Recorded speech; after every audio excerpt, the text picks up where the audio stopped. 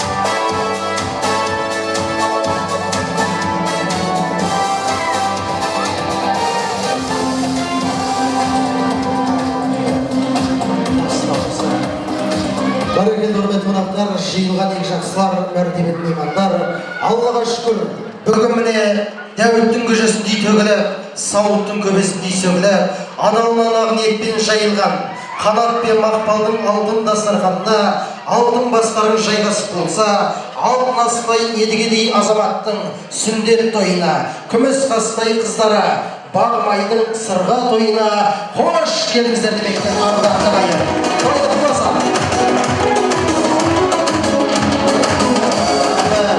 Бәргенде қалайымен көп сөйлеп созбай, әдептен озбай.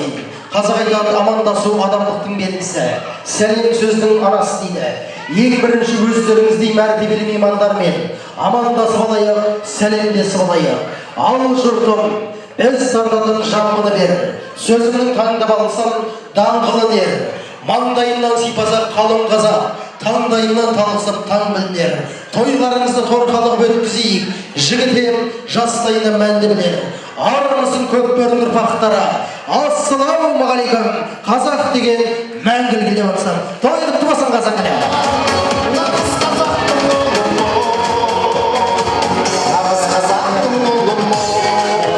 Олай болса бүгінгі әрине сүндеттелген ұлымызды едігедей азаматты әрине ақ тілек шоу жігіт ұл-қыздарының сүйемелдеуімен ордаға Алла қаласа ат жалын тартып мінген ұлдарыңыз болашақта хан тағына отырсын деген ықылас ниетпен едігедей азаматты хан тағымен ордаға алғызайық ардақты ағайын. Қолдарыңыз бос болса қошеметтеп отырыңыздар.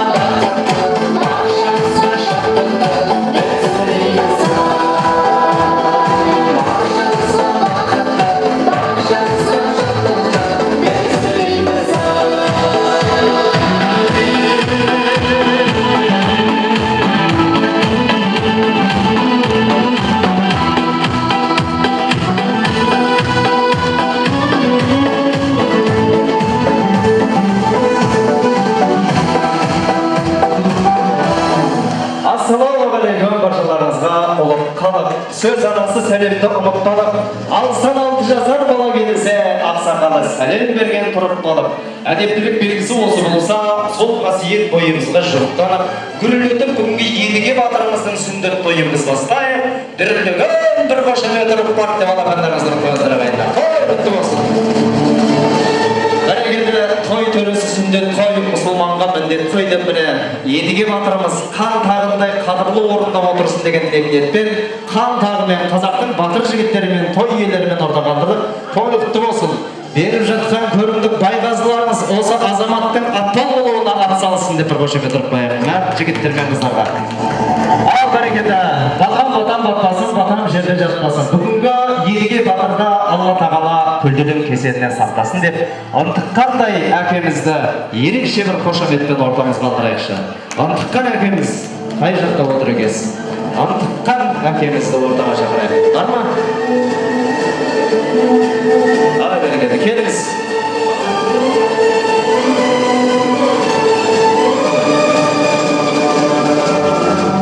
Келіңіз ақсақал, келіңіз.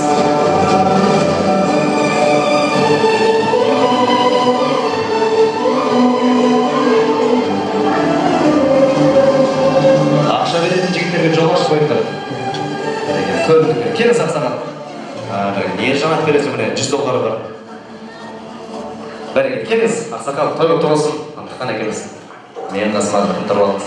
Бәрекелді. Әумин деп алақан жай біздің қас батырымызға бір баталы қол арымас, батасыз қол жарымас деп ынтыққан әкемізден бір бата сұрайық. Қолдарыңызды көтеріп, алақандарыңыз жай, білектеріңізді көтеріп қойыңыздар. Бәрекелді. Той иесінің сауғасын қабылдаңыздар.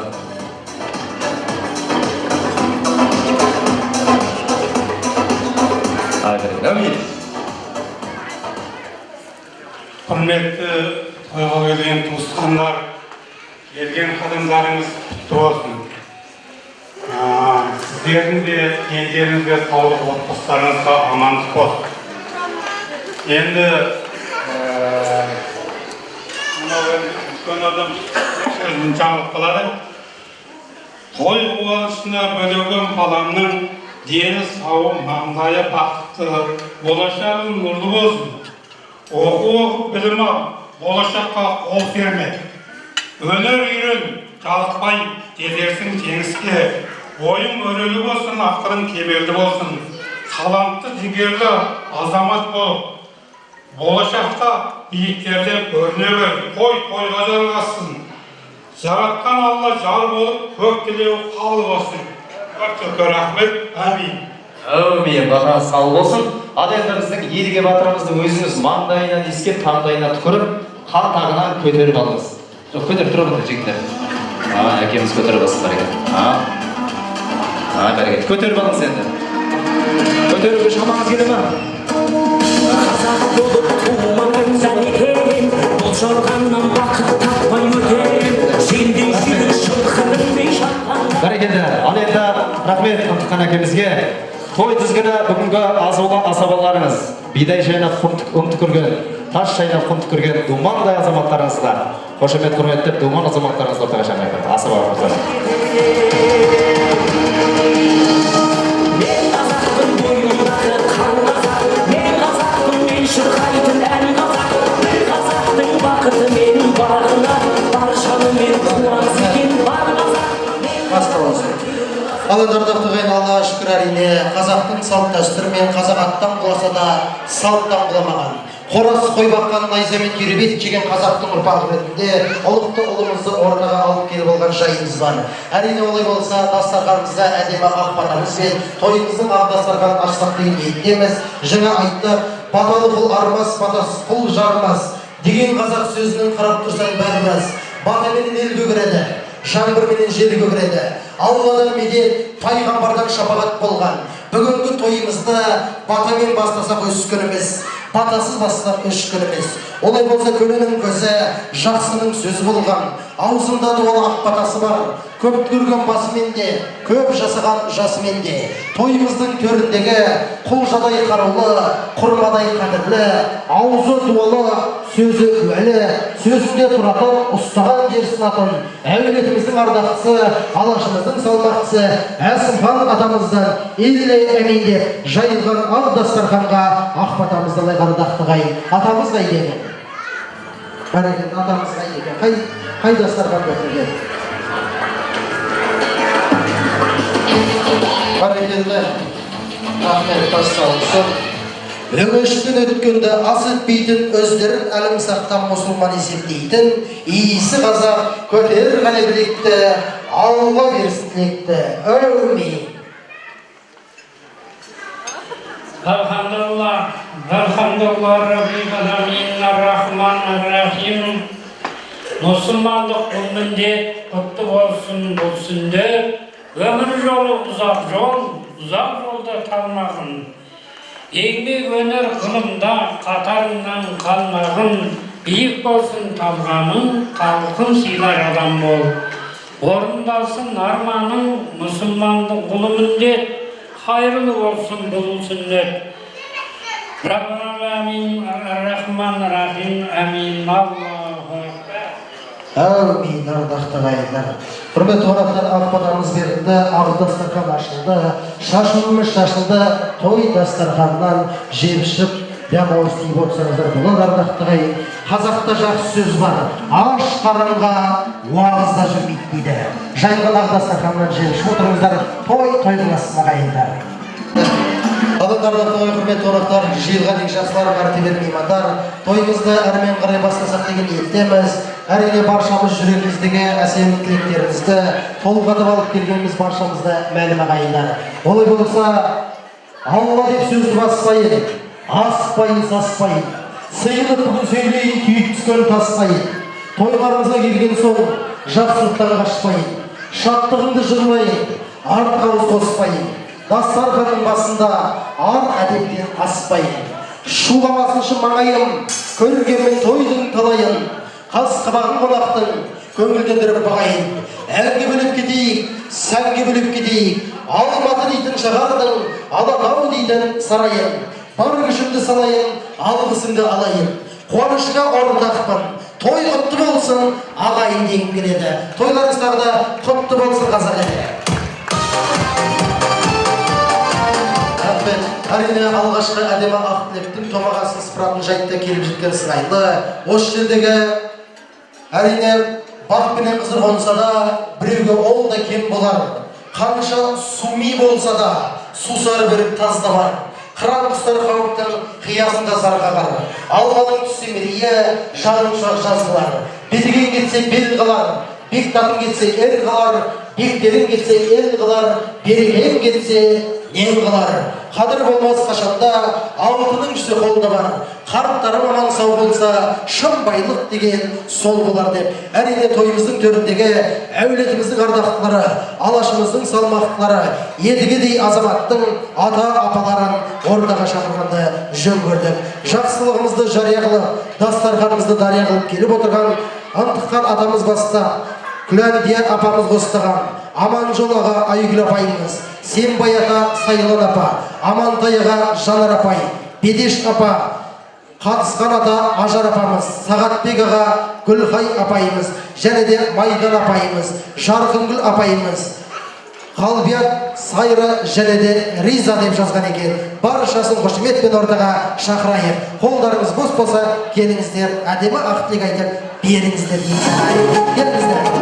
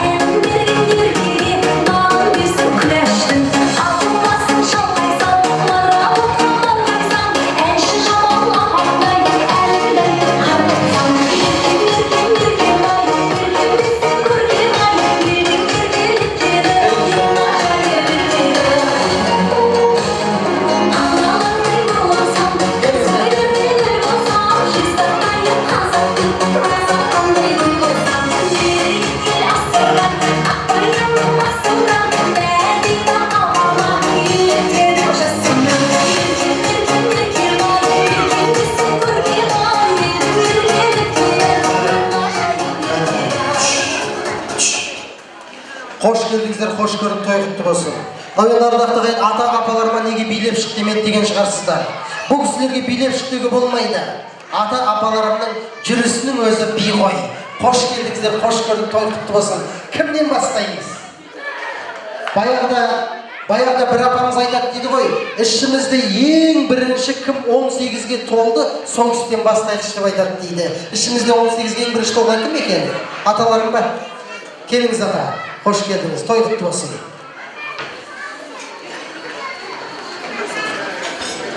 Құрметті көпшілік туысқандар, бүгін мына жерде күндер тойменен саға салынып тану лебіне қатынасқандарыңызға туыстар атынан рахмет айтамын.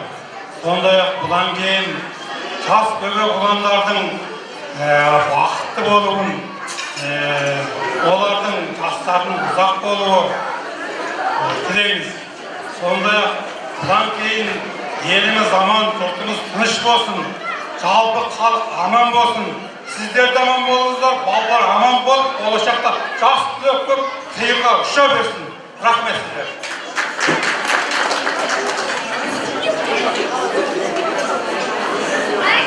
Ал енді алыс жақыннан келген барлық құда, жекжаттар, туыс-туғандар, аға бауыр қарындастар, келген қадамдарыңа нұржауын тілекшімін. Біздің осы әулетіміздің Исханның баласы, Қанаттың баласы бүгін міне сүндет тойып жатыр. Бұл Исхан ағамыздың немерелері деп есептейміз. Бүгін Қайын Исхан ағамыздың аруағы осы көпшіліктің алдында, осы балалардың алдында бір аулап түсті деп ойлаймын. Осы едігеміз үлкен азамат болсын, қалаулы елдің көріп, басшысы болсын, оқымысты болсын деп тілеймін. Келген барлықтарыңа мың рахмет. Көп түкірсе көлдейді. Бүгін осы балаларымызға, осы жастарымызға берген батырларыңыз Алланың құлағына шалынып, Алла осылардың бақытын баянды, өмір жасын ұзақ тұсын. Келгендеріңізге рахмет.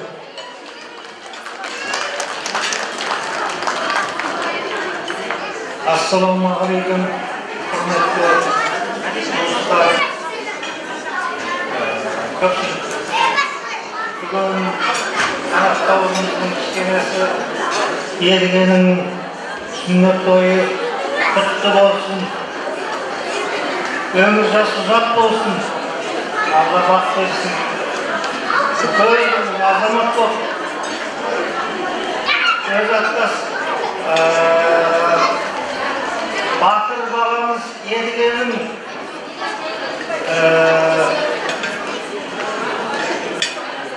жолын алсын, халықтың қалаулы азаматы болсын, елінің мықты оқымысты биіктен көріне берсін.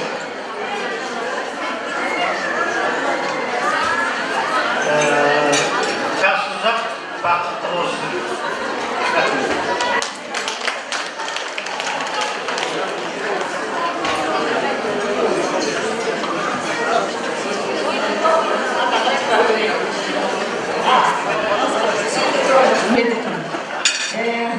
Бүгінгі тойға келген барлық Қанат пенен Мақпалдың достары және құда жекжат туыстар қадамдарына нұр жаусын. Бүгінгі той жасаған Қанат пенен Мақпал біздің негізгі туысымыз, балаларымыз енді. Балаларының жасы ұзақ болсын, балалары білімнің, ғылымның шыңына шықсын, биіктерден көрінсін, болашақта әрқандай жағдайда болса да жақсылық болсын оларға.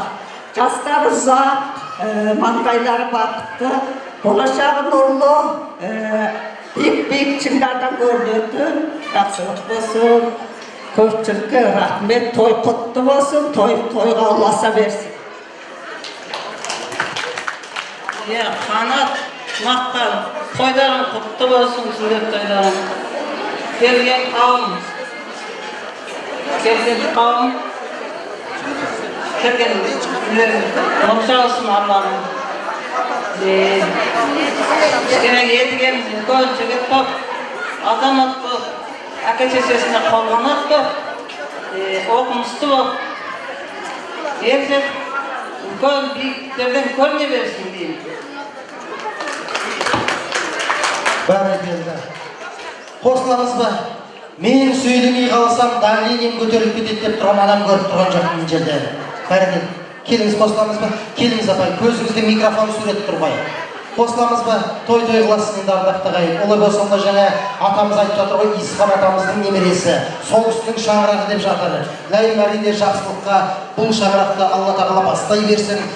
Сөзімізді айтсақ санлап, сәбилер үшін жамырап, шайқалмасын деп тілейміз. Исхан әкеден тараған шаңырақ дейміз. Шаңырақтары шайқалмасын, тек жақсылық болсын. Енді мына әулетіміздің ардақтылары сіздерді желкілдетіп шығарып, селкілдетіп жайғастырып меймандардан емессіз. Той төріне апаларымызды, аталарымызды жайғастырайық. Рахмет сіздерге.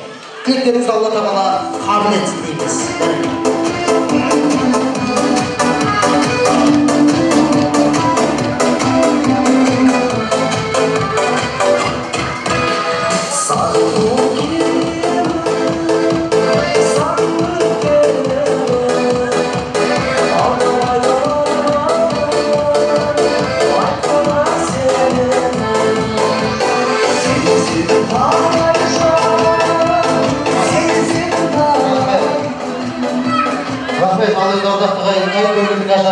Әлсіз тойымыздың сәні кірмейтін сыңайлы, әннің естісі бар, есері бар, тыңдаушының құлағының кесері бар.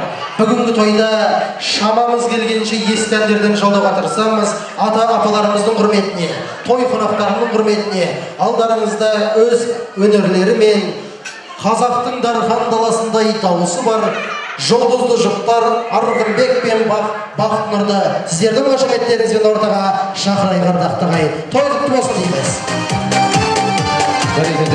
Ассалаумағалейкум.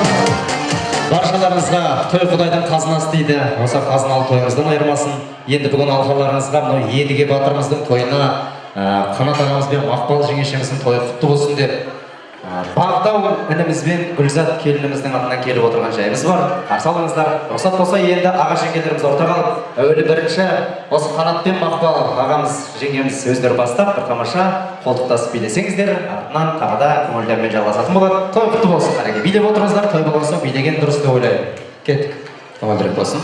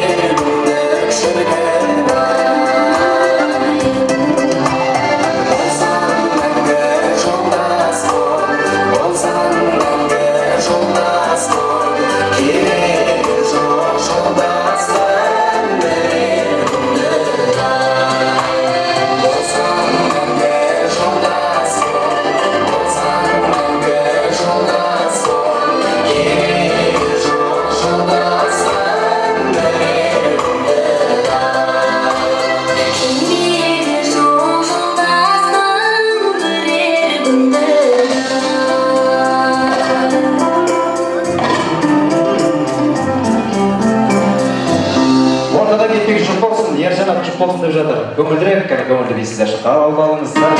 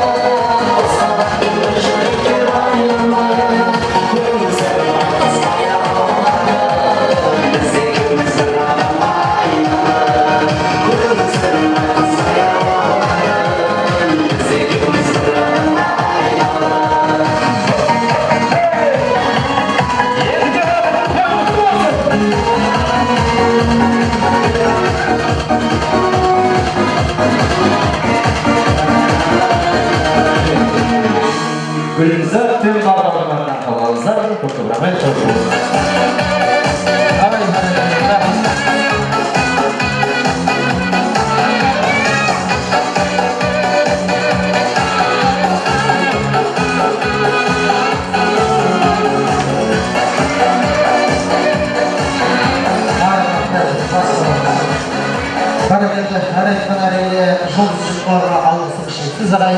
Олай болсамда мен қазақтың жайылған дастарханда қонағының алдына ас тартамын дейді. Насырды, сәулетті, іші дәулетті, екінің бірінің ішіне бұйыра бермейтін, хан сарайындай зәулім мейрамхананың балды бармақ аспазшылары дайындаған, ас мәзірде дайын болған сыңайлы ағайындар. Мынау енді баяғыда қой қозысынан сұрап жатыр дейді. Балам өскенде кім боласың деп. Білмеймін, 5 бармақ болатын шығармын деп айтады дейді. Олай болса алдарыңызға күмбірлеген күйдің күшімен Қазақстан Республикасының ұлттық асын тартып өтеміз. Қабылдарыңыздар. Мына әлі қой соймағансыздар ма қаратауға кеттік енді шәкеңдер кеттік.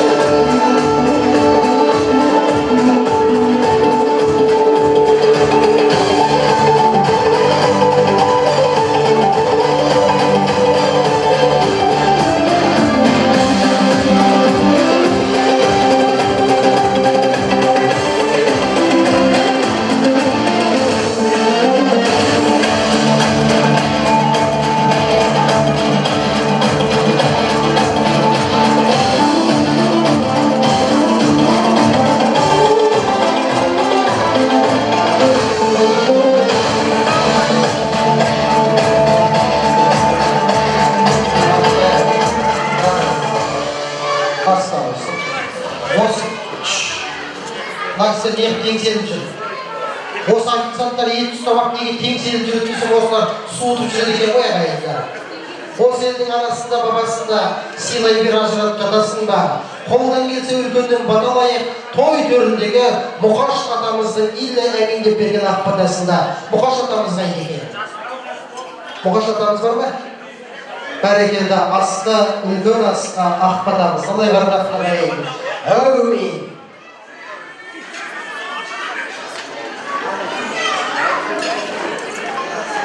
Bismillahirrahmanirrahim. Осы тойға келген тойшы барлықтарыңызға үлкен шағылау қайдастарыңызды келген адамдарыңызға аларыңыз жаусын.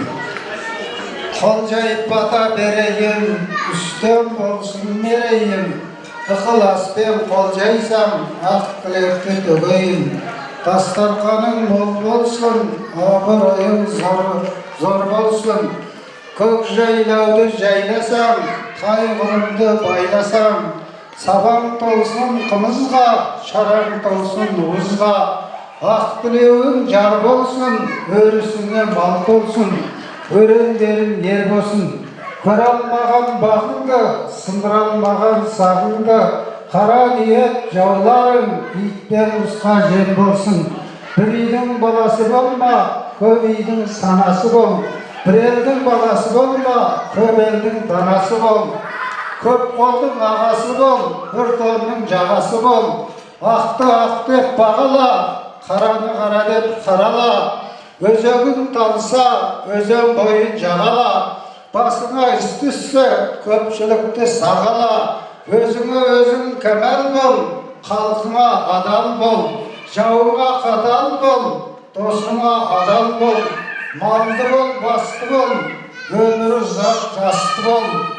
Әкең тұрса алдыңда, жауға бермес қорғаның. Шешең тұрса алдыңда, күнетпес жасыл орманың. Екеуі қатар тұрғанда, бақытты бала болғаның. Айың туып оңынан, күнің шыққан солыңнан. Bir Алла өзі оңғарып, қызыр бабаң тұрсын жолыңнан. Барлықтарыңызға рахмет енді. Аллаху акбар. Атамыздың батасы әдем екен, ардақтайын қабыл болсын. Атамыздың шапаны да керемет екен. Бірақ андағы шапанды бір жерден көрген сияқты ата бәрекел. Қалшылдап айтам, той құтты болсын ардақтайын. Алдарыңыздағы адаластан жеміш отырыңыздар, той қыласын ағайындар. Біз сіздердің мазаларыңызды алмайық, әрине күн бірлігін күйдің күшімен үлкен астан жеміш отырыңыздар, той қыласын ағайындар. Мазаларыңызды алмайық десек те сынап-тайсыр уақыт өтіп барады. Десек те мынау қазақ айтады ғой, тазының жаманы жатаға батып күтеді дейді. Біз одан аулақпыз, сіздер ашылып жатқан кезде тап беріктіліктен бастаған жөн көрмедік. Әрине мына қос ішектің бірін қатты, бірін сәл-сәлген бұра, нағыз қазақ емес, нағыз қазақ домбыра дейді. Қазақтың 6000 жыл тарихы бар, үкілі домбырасымен, қоңыр үнді домбырасымен, өздеріңіздің жезтаңдай ұлдарыңыз. Тағы да қайталап айтамыз, қазақтың Дархан қаласындай дауысы бар Есқали Сәлімбағы ұлдарыңызды қошеметпен ортаға шақырайық ардақтағайын. Қошеметтің барлығы Есқалидай азаматқа болсын. Бәрекелді.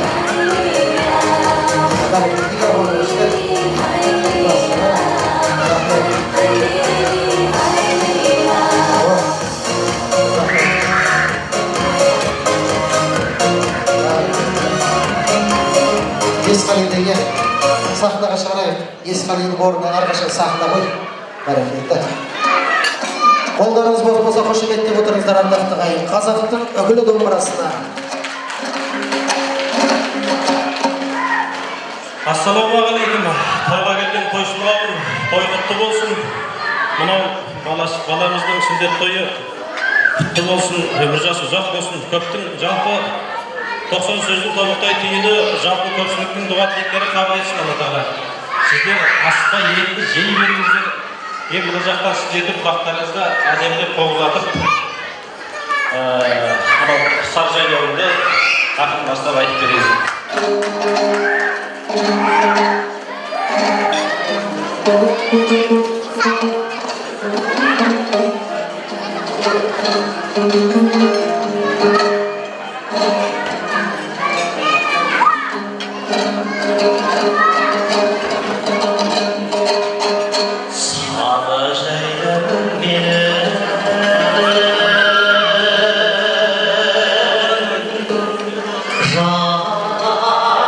жайдауым менің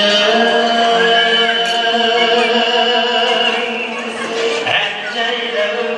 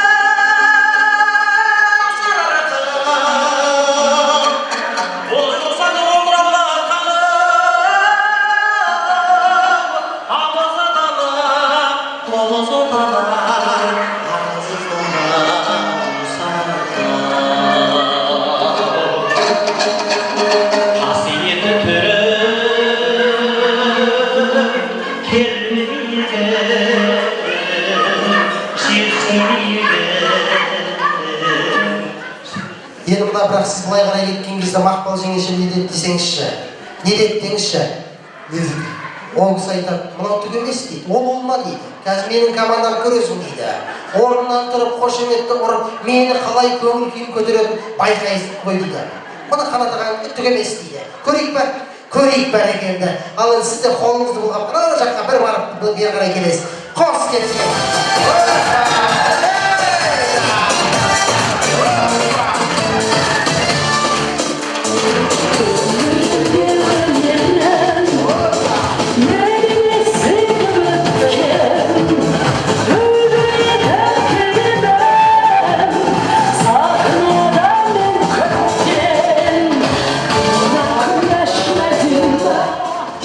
Сөзіңізде тұрдыңыз.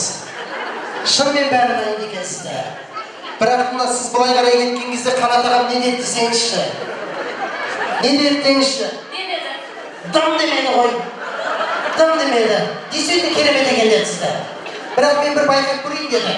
Қазір мен барам деді. Шама келсе менің танитын командам деді. Орнынан тұрып, алдарындағы ақ салфетті айландырып шулағаны көресің деді. Көреміз ба? Көрейік, тағы бір барып білейік қарай. Оппа! О, бәрі. Ал кетті ендіші. Қос, дайымыз ба?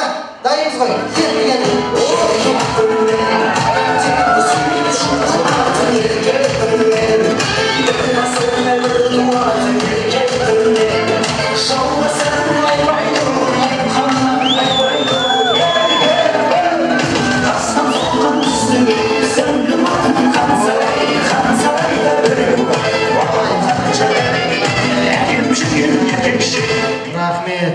Керемет болды. Красавчик аға. Сіз сияқты жігіттер, мен сияқты жігіттер красавчик дейді. Бірақ сіз былай қарай кеткен кезде жеңеше не деді десеңізші? Не деді деңізші? Жоқ, не деді десеңізші? Ол кісі айтады, баяғыда соғыста батырлар жеңілген кезде ақ туын желбіреткен деп баяғы. Әрине әзіл ардақтаған келіңіздер, жақын тұрыңыздар. Той осы кісілердің ағайындары.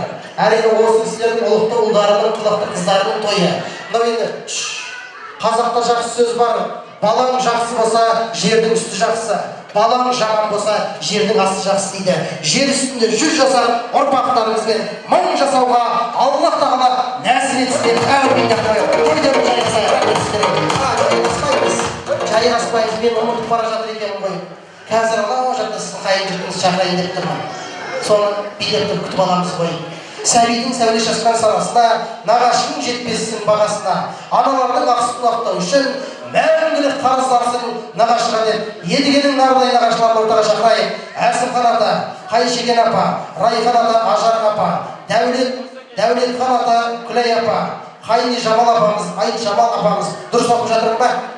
Мұқаш ата, Әметай апа, және де Қариполла ата, Әсімхан апа, Өнерхан аға, Бұлбұш дәде, Адал аға, Жібек дәде, Нәби ата, Бәтима апа, үйде біреу қалды өзі, Саяхат аға, Гүлжан дәде, Амантай аға, Сәулеш дәде, Мұрал аға, Қанат дәде, Әділ аға, Жанар дәде, Нұрлан аға, Жауар дәде, Болан аға, Жайна дәде, Қалымбек аға, Сәуле дәде. Қалып кеткен жоқ қой? Бәрі дұрыс па? Дұрыс. Мынау енді есімдеріңіз дұрыс оқып қой.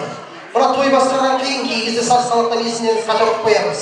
Сол кезде кешіріңіздер ардақты ағайын. Баяғыда бір атамыз суға кетіп бара жатып, сасқаннан өз кемпір мама депті ғой. Сол сияқты сас-салатты дұрыстық айыпқа бермеңіздер. Нардай нағашыларды ортаға шақырайық. Ат мінгізіп кететін шамасы бар. Ортаға билеп шықсын. Нардай нағашылар келіңіздер.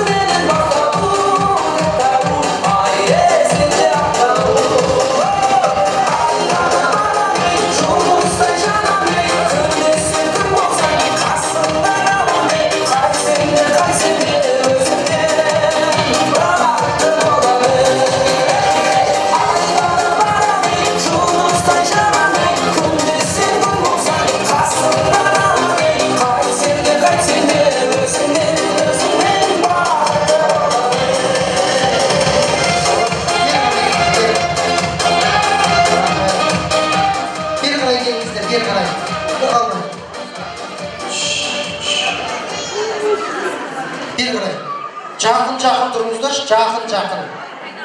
Келіңіздер. Жақын тұрыңыздар.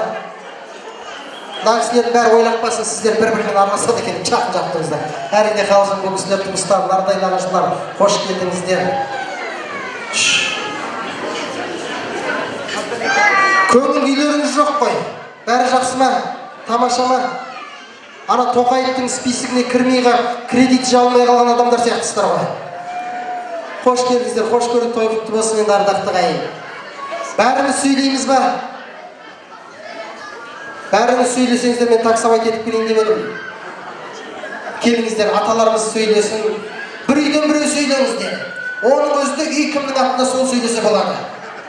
Келіңіз ата, сізден бастайық. Келіңіз. Қош келдіңіз. Ассалаумағалейкум, жиналған көп. Осы тойға келген тойшыл қауым, тойға келгендеріңізге, барлықтарыңызға Алланың нұры жаусын. Енді сүндеттеп жатқан кішкенеміздің сүннеті жеңіл болсын. Алла өзі болмасын. Мен енді мына қара сөз сөйлей алмай, бір ауыз өлең айтайын. Şeyler sarı kelmeylo, Jaylamasam gayay, Қолына сол болмайды, байламасаң мұңдай. Бекер қарап отыру, жарамайды югай. Өлең сөйлем бастайын, ажнасыға туғай. Туғай анымыз, арпа бидай дәніміз. Туғайратып салмай, керіспейді сәніміз. Жолы қанша болайық, аман есен бәріміз. Көрімайдан шығады, сөз болмаса юғай-ай. Кім жетелеп жүреді, көз болмаса юғай-ай. Бұларыңды айтпай-ақ, қояр едім юғай-ай. Үлкен кіші осылай, кез болмаса юғай-ай. Бұғанымыз, арпа бидай дәніміз. Бұғайдатып ән салмай, келіспейді сәніміз. Жолыққанша болайық, аман есен бәріміз. Айныланар аспанды, толған сайын үгай-ай. Ажым түсер адамға, солған сайын үгай-ай. Қошы ұшақ болғанда, ақыл таяқ үгай-ай.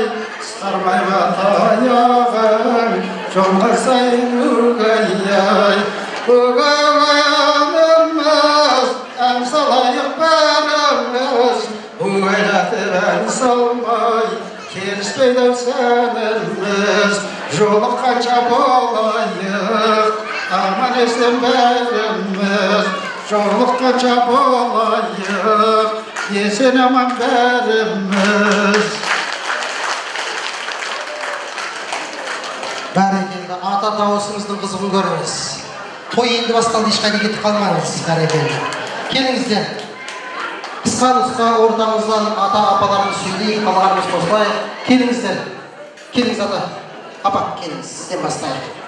Орта ағалай. Келіңіз, келіңіз. Қош келдіңіз, қош көрдік. Той құтты болсын.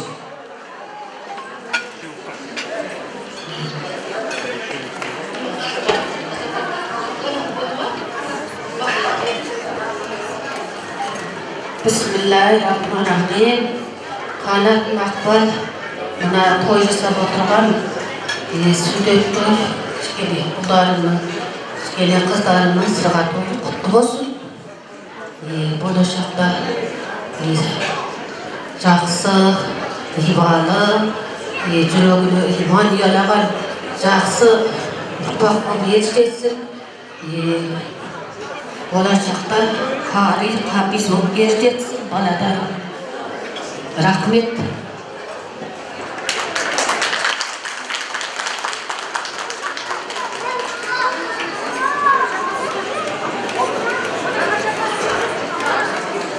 Бәрекелді, келіңіздер, нағашы атасы.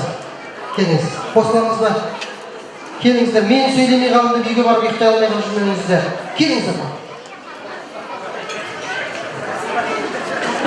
Қанат алдыңғы едігенмен бағмайдың тойда құтты болсын. Салиқалы иманды болашаққа өздеріңіз серік болатын. Салиқалы ұрпақтардан болсын. Дендері сау, жастары сау болсын.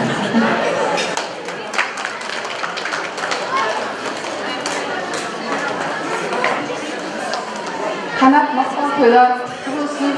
Кішкентайларының әрқашан сендерді жақсылықтарымен қуантатын, еліне ел алып, халқына қалаулы азамат болсын. Тек қана үйлеріңде той болсын. Сендерге тек қана бақыт.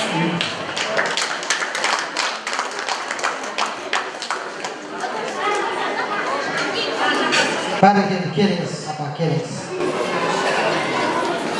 Bismillahirrahmanirrahim. Жалпысты тілге жүрген жалпы жұрт, бәріңізге де Алланың рахметін дейсіз, сіздерге рахметімді айтамын. Қанат Мақпал екеуінің бүгінгі мына Майбайдың бары едігеге жасап жатқан сүндет тойлары құтты болсын. Елге келіміздің өміржасы ұзақ болсын, елмелеудің қатына қалаулы, ақпай жақсы азамат болсын, биіктерден көрде берсін, өміржасы ұзақ болуын бір Алла несіп етсін.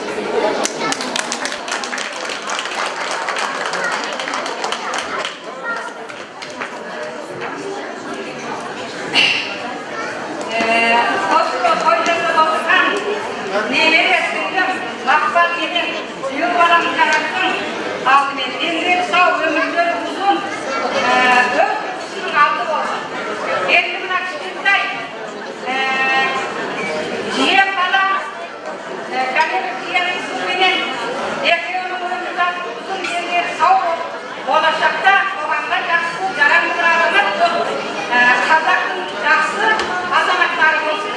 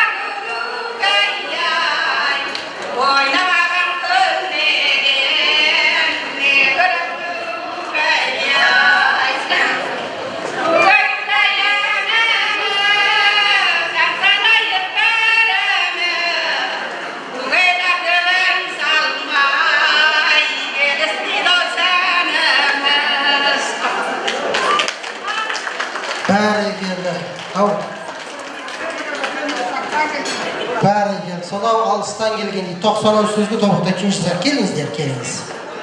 Келіңіз.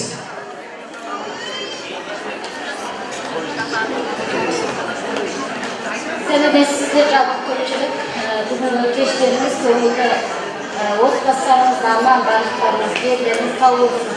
Бүгін той жасап жатқан жиен мақтан және күйеу балақаны мәңгі шаңырақтарың биік болсын, қос құлындарың мықты азамат болсын, азаматша болсын. Осы еліміздің қалаулы мықты азаматтар болуын шын жүректен тілеймін. Әрі барлығымыздың отбасымызда осындай күнде күннен мереке той болсын, еліміз аман, жұртымыз тыныш болсын. Рахмет көпшілік. Ең әуелі осы тойға келген тойшы қауым, ассалаумағалейкум. Күндеріңіз көңілді, істеріңіз өнімді болсын.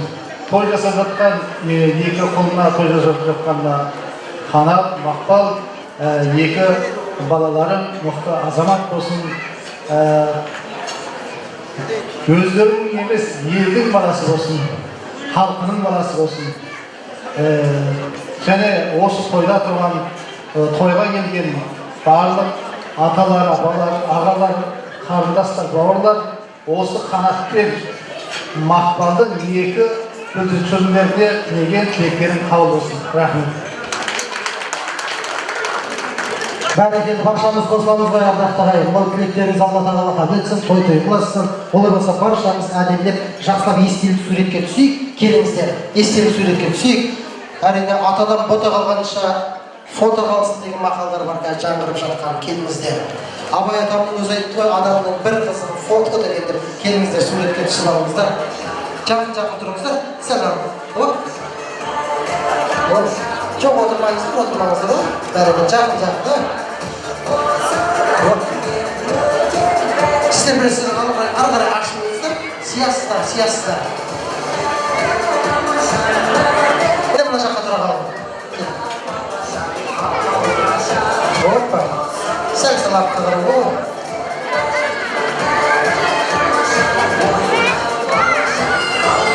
Төрт, екі, үш. Oldu. Жақсылап түсейік. Бәрекелді, рахмет олай болса. Нағашыларға рахмет, той төрде билеп бару жайға сай, халықсыз шексіз.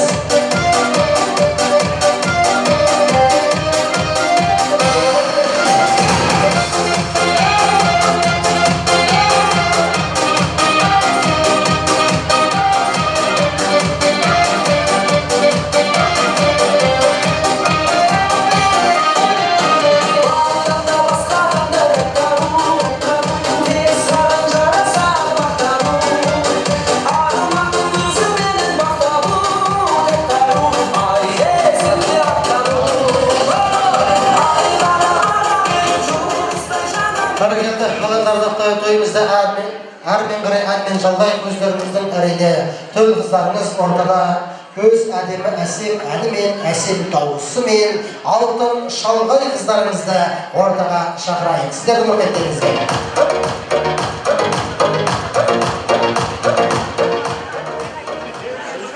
Кешір қымбатты қонақтар, тойларыңыз құтты болсын. Кішкентайлардың жасы ұзақ, болашағы көркем болсын деген тілегін білдіремін. Әрі құрметтеріңізге тамаша ән, бірге жанымыз қалалайсыздар, бере тұрасыздар.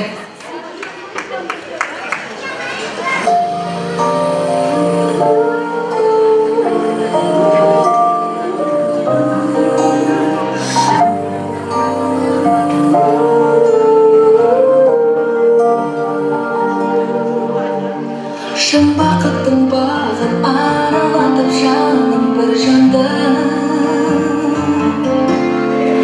түсінетін күнде көрсінетін бірге сен жаным шарықтаттың көкке мені өзің бақыңнан шын бақытты еттің мені сыңарыңа санап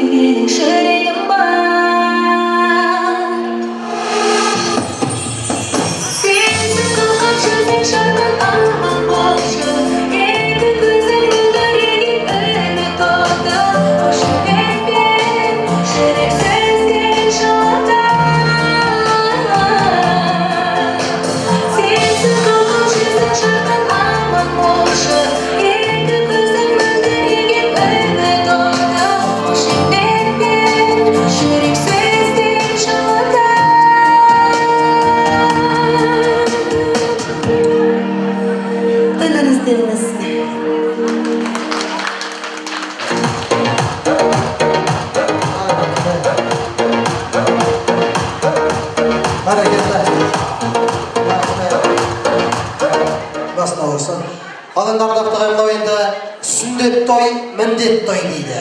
Бұл әрине ата-ананың міндет тойы, сондықтан бүгінгі тойды абыроймен ойдағыдай баршамыз атқарсақ деген ниеттеміз. Енді ардақтығай бүгінгі тойға арнайы алынған сый-сияпаттар бар. Енді сол сый-сияпаттарымыз тарату үшін және де мынау ұлттық тойымыз болғаннан кейін ағайындар.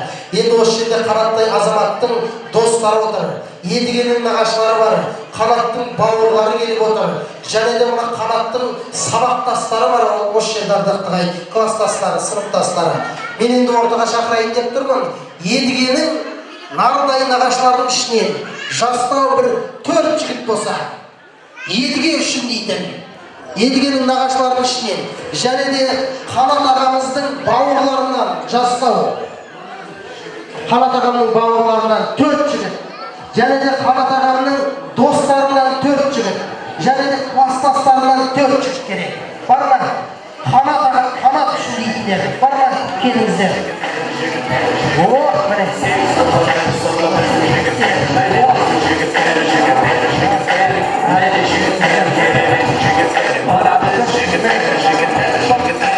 Сіздер кім боласыздар? Едігеннің нағашылары. Едігеннің нағашылары мына жаққа 4 жігіт. Бір келдер мына жаққа. Бауырлар ма? Сендер бауырларсыңдар, не? Сіздер Қанаттың Едігеннің нағашысыңдар, сендер бауырларсыңдар. Енді ardасы Қанаттың достарынан 4 жігіт, сайындасындай азаматтардан. Қанаттың кластастары бар, сабақтастары. Барда, келіңіздер. Міне, келіңіздер, сіздер де қарайтыңыздар. Міне, келіңіздер. Тағжау керек. Сіздер кімдерсіздер? Қанаттың достары. Енді бір шық керек. Bir dal gerek. Kanattың dostlarına. O bana gerek adam.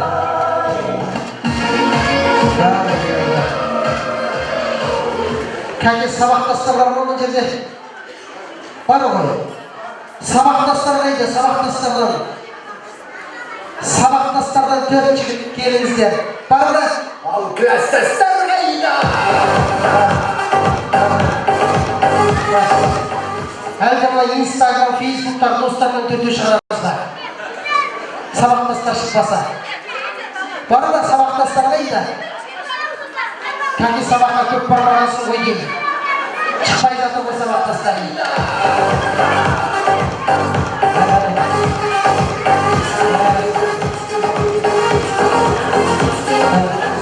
O bile geldir sabahtaslar. Bastaslar. Evet.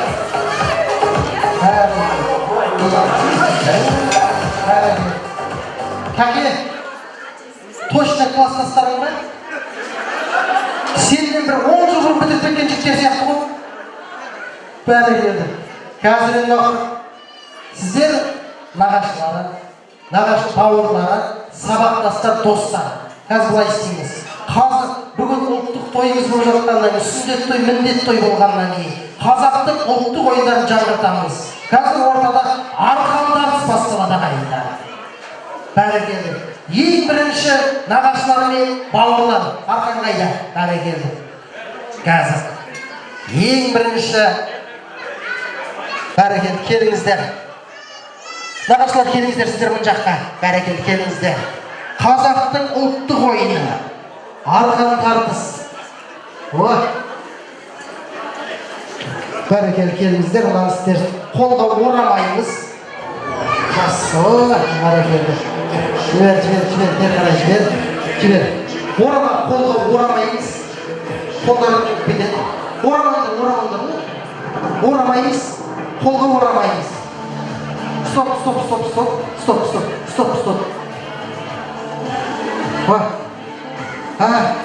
Білесің ғой, байлашып бірденге.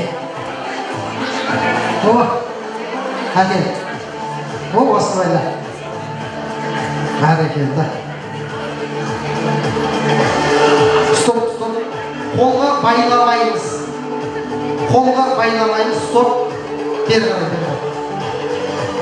Стоп әдемдір. Мыналар. Стоп. Бас дауысын, бас. Стоп. Тартпаймыз әлі. Жігіттер дайынбыз ба? Балалардан. Йогурт жеп өскен балалар ғой. Жұлып алатын шығармыз. Жігіттер дайынбыз ба? Чалдар ғой, жұлып аламыз. Чалдар олар. Дайынбыз ба? Тоқтай тұр. Тік тұратырмыз ме? Жай. Қолға орамаймыз. Келістік қой. Орамаймыз. Біреуге саусақ төлейтін жағдай жоқ. Дайынбыз ба? Сіздер дайынсыздар ма? қол соғып қошеметтеп отырасыздар. 1, 2, 3 кетті ендеше. Опа, кетті қане.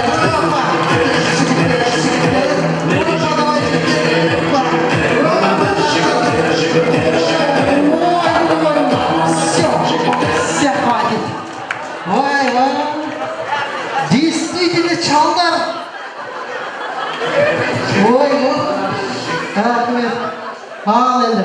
Жеңген жігіттер осы жақта тұрамыз. Жеңілгендер осы жерде тұрамыз. Сіздер анау жаққа айтыңыздар, жеңілгендер. Анау жаққа.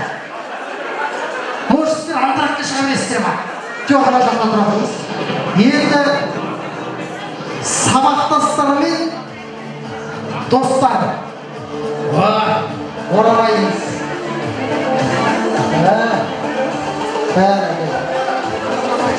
Бас. Сабақтастар бірден келіп арымдап жатыр. Кіммен тартсайын демасыңдар? Кіммен тартсайын демасыңдар? Достар келіңдер.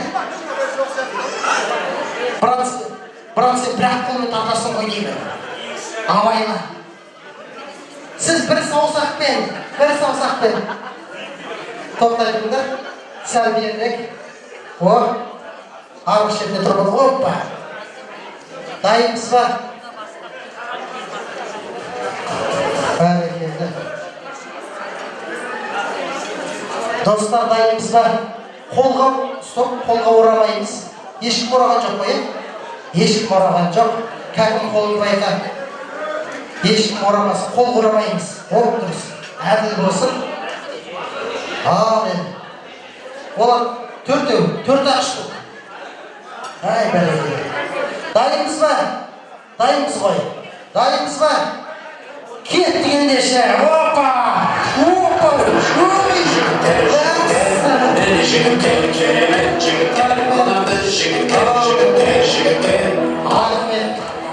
Жеңілгендер отыра беріңіздер. Сіздер де отыра беріңіздер. Ал енді жігіттер финал болайын деп жатыр. Дайынбыз ба? Дайынбыз ба? Келіңіздер. Қолдаған командарыңызға қол соғып отырыңыздар. Бәрекелді. Опа. Бас. Достар командасының жанкүйерлері бар ма? Сіздерге бауырлар ма? Бауырлардың жанкүйері бар ма? Бәрекелді. Айла, кішкентай бала. Қаш. Руками не трогайте. Орамаймыз қолымызға, орамаймыз. Мына йогурт жүріскен балалар қиын екен, абайлаңдар. Бәрекелді. Бәрі. Орама. Қолға орамаңдар. Сіздер мына жаққа тұру керек еді. Өйткені мына қазында жастарды сүйрепсіз қалып кетесіздер ме деп ойлаған ғой. Дайынбыз ба? Достар командасының жанкүйерлері бар ма? Бауырлардың жанкүйерлері бар ма?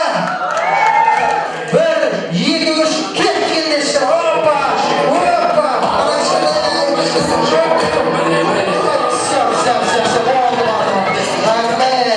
Бәрекелді. Ал енді ардақтағай, бүгінгі тойда әділ жеңіске жеткен жігіттерге қошемет қойыңыздар, достар. Бәрекелді. Достар командасына өз атымнан Нұр Отан партиясынан үлкен алғысын айтамын. Рахмет, тойлардың жайнасайық ардақтағай. Сый-сияпатымыз қазір таныстаймыз сіздерге. Бәрекелді, ал дастарханға жайнасайық. Сыйлықтарды таратып беріңіздер, танисыздар ғой.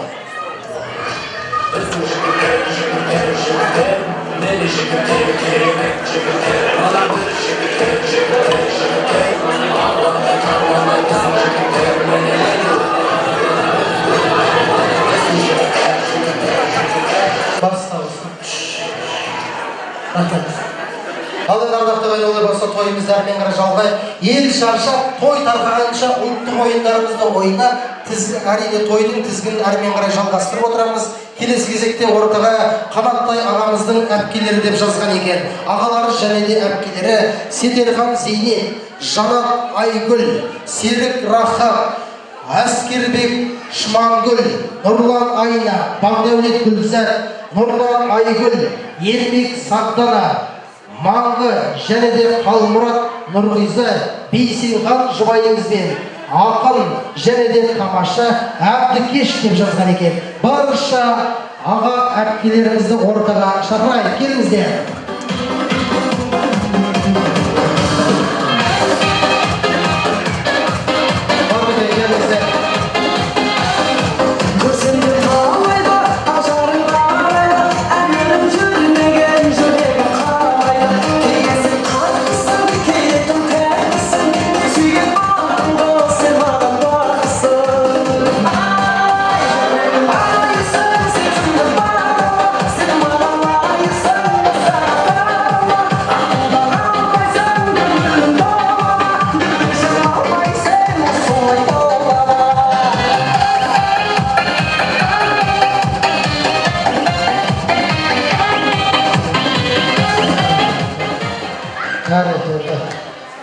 Қош келдіңіздер, қош көрдік. Тілек бір, ниет бір, айтылатын ән де бір. Ортамыздан бір екеуіміз әдемілеп сөйлейік, қалғанымыз жақсылап билесек деген ниеттеміз. Келіңіздер. Сіздер, мен қаратарым. Басқа кісімен жүр екенсізден көйлегіңізді ауыстырсам сіз ғой. Бәрі келді. Келіңіздер. Кімнен бастаймыз? Келіңіз.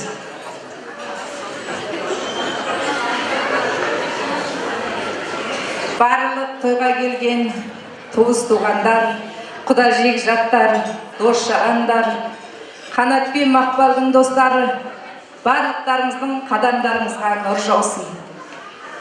Мынау Қанат пен Мақпал әпке, сіз Қытайдан соңғы кездері жиі келмейтін болдыңыз. 10 күнге демалысқа келген болсаңыздар, осыған үлгіртіп, едігенің сүндет тойын жасайықшы деген лебіз тастады. Мен Қанаттың Қытайда тұратын апайымын, Исқан әулетінің ең үлкен қызымын. Осы бір сағынышты, осындай ұсынысты ортаға қойғанда, мен кішкене сезімге бөлендім. Соны өздеріңізбен бөлісе кеткім келеді. Азғантай сезім дегенмен ар жағында үлкен тәрбиелік мән жатқан сияқты. Менің Қанат деген бауырым әкемнен қалғанда небары 13 жастағы бала еді. Менің әкемді көрген, жаңағы ынтықан әкем, Күләндия шешем, сол кісілермен бірге болған көп үлкен кісілер отыр. Әке махаббатын барлық қазақ қыздарындай бойына сіңіріп өткен қыздың бір едім. Бірақ көңілімнің бір жерінде осы бауырларым әкемдей ақ көңіл, ақ жарқын болар ма екен, әке мейіріне қанбай қалып еді, қайтер екен деген қыздарға тән сүйіспеншілік жүрегімнің түбінде жататын. Мен оның қасында жүрген кездерде осы бауырларымнан осындай махаббат бар жоғын сезген жоқпын. Қытайдан келе алмай қалған соңғы 3-4 жылында бұлардың маған деген сағынышын, маған деген құрметін, маған деген махаббатын көріп, айналайын менің аяулы әке шешем, сендердің ана сүтімен, әке күшімен келген ақ жарқын бейнелерің, мейірбандықтарың, мейірліктерің, бәрі балаларың өте ерте айырылса да бойына сіңірген екенсіңдер ғой деп сол кісілерге шын жүрегіммен тағы бір рет іштей тағзым еттім. Айналайын осында тұрған барлық аяулы менің қазақ қандастарым, туыс туғандарым, осындай мейір мен махаббат, осындай сезім, мен ойлаймын тек біздің қазақ ұлтында ғана бар. Сондықтан қазақ болғанымыз үшін қуанамыз, мақтанамыз. Сіздер көп тудың астында егемен елдеріңізде баяша күнде осындай тойларыңызбен мәз-майрам болып жүре беріңіздер. Осы уақыт ешқашан бастарыңыздан арылмасын. Қанатым, сен менің 10 жастың алдындағы әкемнің бейнесін көз алдыма әкелдің. Айналайын, қазақ халқы неге ұлды сонша қастерлейді? Мен бүгін соның бір қадіріне жеттім. Біз 3 жыл 4 қызбыз. 4 қыз, 4 шаңырақтың, 4 ұрудың бақытын жандырып өз алдымызға кеттік. Әке мен шеше кеткеннен кейін арқау үзілді ме, төркінім тарқап кетті ме деп қорқатын едім. Жоқ, мен артымда әкемнің түтінін түтетпін. Ұлдардың барлығына мақтанам ағайын. Әкем өлсе де, шешем өлсе де, олардың көзін көрген үлкендерім отыр. Әкең өлсе өлсін, көзін көрген өлмесін деген. Сіздер аман жүріңіздер. Әкемнің түтінін тұтқан 4 бауырым, 3 бауырым бар. Жанат деген әкемнің тура өзі, тура көзі тірі. Қанат тура шешемнің өзі, тура шешемнің көзі. Енді екеуінің де артын алған Жаудат деген інім бар, ол жұмысын бабымен келе алмады. Бауырларымның шаңырағын шалққан келіндерім, сендерге мың тағзым.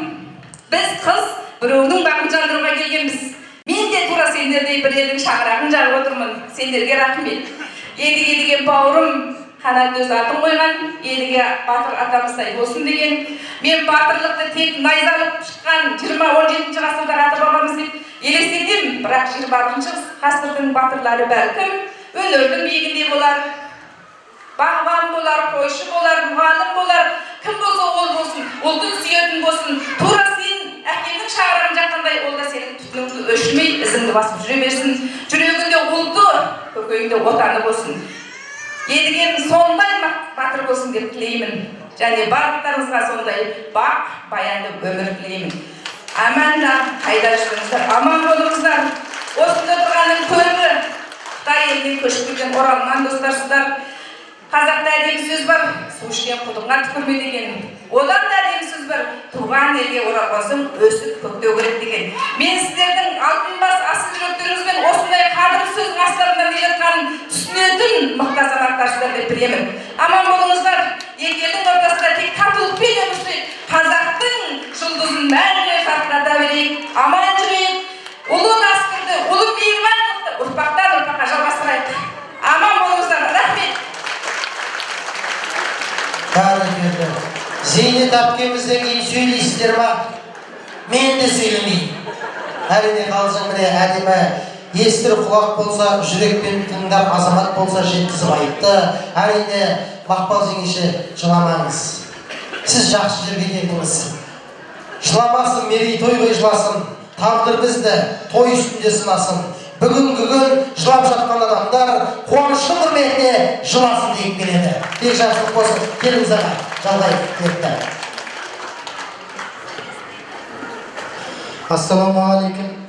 Алыс-жұқтан келген туыс туған ағайындар, Құда жекжат аға орап қандастар. Барлықтарыңыз алдында қымбат уақыттарыңызды қиып келіп, қуанышымызға бөліп жатқан сіздерге Алланың нұры жаусын. Той сіздермен қызықпен тойымыз болады деп жүріп, бүгінден Алла сол күнге жеткізді. Біз енді әкеміз дүниеден өткенде артымыз 4 жасында жаңа әкем айтқандай жас қалдық. Бірақ жас қалсақ та аяуланамыздың арқасында ешқандай қиыншылықтар көрмей, бүгін осы күнге жетіп, бір отбасы болып отырмыз. Осы 2004 жылы анам марқұм біздің дос немересінің үлкені Жадыр Абрам деген балаларымызға сүндет той сырға тойын жасап, сол кезде балам жас болсаң да бас едің, осы әулетті ертең үлкенісің, осының бәрінде сен аға бол, осы бауырлардың жанына тартып жүресің. Бүгін Құдайға шүкір, сол Алланың құлағына шағынып, біздің әулетімізде өзің бас болып едіге деген баламның үлкен бір мойнымыздағы жүгі сүндет той деген қанат нақмандарында бүгін сол жүк бойымыздан түсіп, сол қуаныш сіздермен бөлісіп отырмыз. Алла енді осы едігеміз алда үлкен азамат болып, отанына, еліне, халқын дейтін, туыс туғанын ойлайтын, иманды үлкен азамат болсын, білімнің биік жылдарынан көрінсін, ұзақ, қайырлы ғұмыр тілейміз енді Алла. Осы тойға келген барлық сіздерге үлкен рахмет, той бастарыңызға келсін, тойда жүздесейік. Алла бәріміз амандық, еліміз аман, жұртымыз тыныш болып, отанымыз көркейіп, мықты азаматтар шықсын деймін. Алла сіздерге Алланың нұры жаусын, адамдарыңызға құттықтық тілеймін. Аман сау болыңыздар. Бәрекелді, келіңіз аға, түйіндейік. Ассалаумағалейкум. Көпшілік той оласын. Менің атым Нұрлан. Мен мына Қанаттың үлкен апайы Зейнеттің біз семьямызбен баяғыдан дос болдық, жақсы араластық. Осы әулеттің осы Қазақстанға көшіп келгенінен басынан қазіргі күнге дейін көз алдымызда. Уақытында Мақпалдыққа келін қып талдықорғаннан алып келіп түсірдік. Бүгін енді сүндет тойындамыз. Бұл тура енді дәурен баста тұрмайды дейді ғой. Бір дәурен бітсе екіншісі бар. Бүгін тағы бір дәурен осының өзі. Баяғыда қазақтың көші басталып қанша әулеттер көшіп келді Алматыға. Тура соның несі көрінісі осы. Өсіп өніп осы жерде бұлар да кәдімгі үлкен әулетке айналды. Бүгін міне үлкен тойында куә болып өзін қуанып отыр. осы барлығымыздың да осындай той басымызда болсын. Барлығымызда осындай үлкен әулет болсын, осындай тойға жетейік. Барлықтарыңыз аман болыңыздар. Бәрекелді. Келіңіз аға, қол көтеріңіз қой. Бәрекелді, келіңіз. Ассалаумағалейкум, құрметті тойшы қауым. Мен мына Жанаттың досы Лейсан Қамбала. Бір оқып бір жерде болғанбыз. Қазір міне төсекте басымыз, төскейде малымыз. Міне осындай берекелі баққан той тойлап жатырмыз. Қанат бауырым той боласын, желеген мықты азамат болсын. Тыртылмайды таулы жердің кенересі, өзегесі жастардың ой өрісі. Дүрілдетіп мына той жасап жатқан едіге қанат ұлы иысқан күнханың немересі.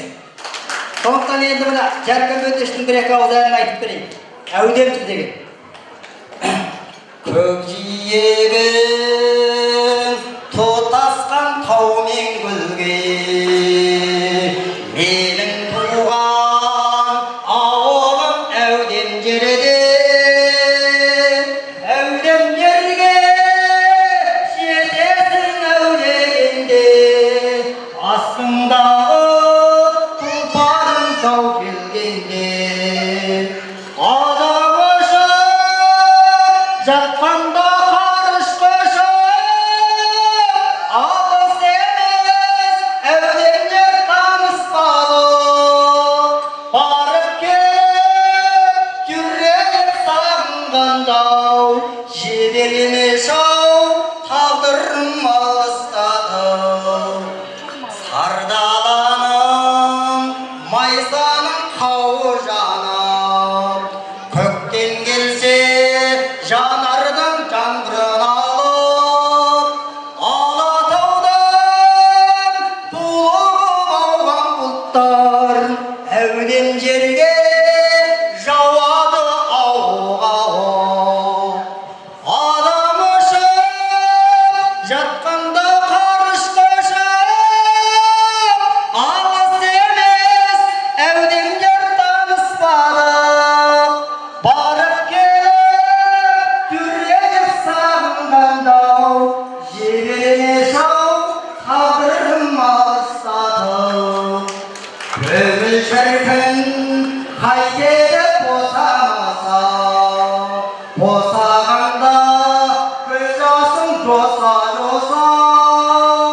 Жетісуға жеткенде боталайды-ау, әудем жерде бозінген бошаласа. Жетісуға жеткенде боталайды-ау, әудем жерде бозінген бошаласа. Адам үшін жатқанда қарыш қошып, алыс емес әудемдер таныспады. Барып келіп жүрек сағынғандау, жібермеш-ау тағдырым алыстады. Барып келіп жүрек сағынғандау, жібермеш-ау тағдырым алыстады. Жібермеш-ау тағдырым алыстады. Рахмет көрсетіп сіздерге. Бәрекелді аға, рахмет. Дауысыңыздың қызығын көріңіз. Енді мына ардақтаған жаңа ағаларымыз айтып жатыр ғой. Әрине едіге ұлдарыңыз даңқтың емес, халықтың ұлы болсын деп тілейміз. Енді мына жаңа қосыламыз ғой, иә? Конверт ұстағандар жаным жақсы көрген. Конвертіміз екен ғой, келіңіз. Құрметті тойшыл қауым, келген қадамдарыңыз нұрға, орталарыңыз ән мен жырға толсын ағайын. Бауырым Қанат, келінім Мақпал, бүгінгі жасап жатқан тілеулерің қабыл болсын. Балапандарың аман-есен ержетіп биіктерден көрсін. Отбасылардан шаттық кетпесін. Бауырларға арналған бір екі шумақ Аллахым разы болсын. Батыр елдің ұрпағысың ар өскен, ақылы мен батылдығы тең түскен. Әз қалқамның ақ батасы барсын, азамат боп көріне бер биіктен. Үкілай мен бағмай едігесің, Аллам берсін ырыздық несібесін. Едіге деп әдейі атын қойып, ата баба жаңғыртып бұл есімін. Искандайын атаң өткен өмірден, есімі еш өшпей тұғын көңілден. Бүкіл халқын риза қып жүретін, сый құрметі бөлек еді елінен. Күпәй апаң бір төбе өз алдына, қас шебері халқының туғандары, он саусақтан өнері сорғалаған, өмірден ерте кеттау қайран ана. Ұлан асыр той бүгін арбалашым, тілек айтпай әрине құралмаспын. Атын атап дәл бүгін еске алдым, әке шеше аруағың бір аунасын. Қоныстанып мен алғаш келгенімде, қап-қара қыз шырылдап келді өмірге. Бағыма елеп есімін өзім қойдым, бақ болып келсінші деп әулетіме. Кәй басып жүрген кеше кезінде, мәз болушы бұлдырлаған сөзіне. Бәкімайдай тәп-тәпті сол қызымды, той өткен соң қайтарыңдар өзіме.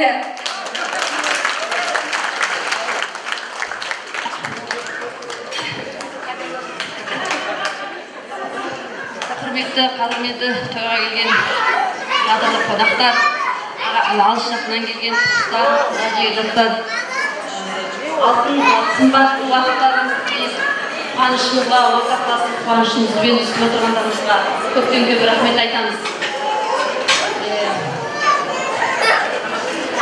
Сүндетідей құтты болсын. Ұлымыз ашамайлы атқа мұсылмандық таққа мініп, міне бүгін әулетімізді қуантып жатыр. Жаным, мырзатайым, бағымайым, жастарың ұзақ болсын.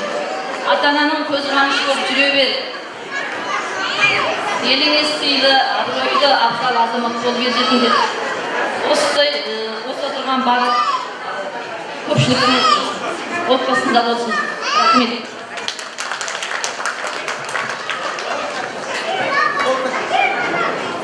Бәрекелді, рахмет. Олай болса, жаңа әпкеміз айтты ғой, әкеден аманат қылған қара шаңырақтың отын өшірмеген бауырларыма алғысым шексіз деп. Олай болса, сіздің сөзіңізге тұздық болсын деген ниетпен өздеріңіздің әнші ұлдарыңыз аманат әнін тартып етеді. Қабыл алыңыздар, той қыласыз дейміз.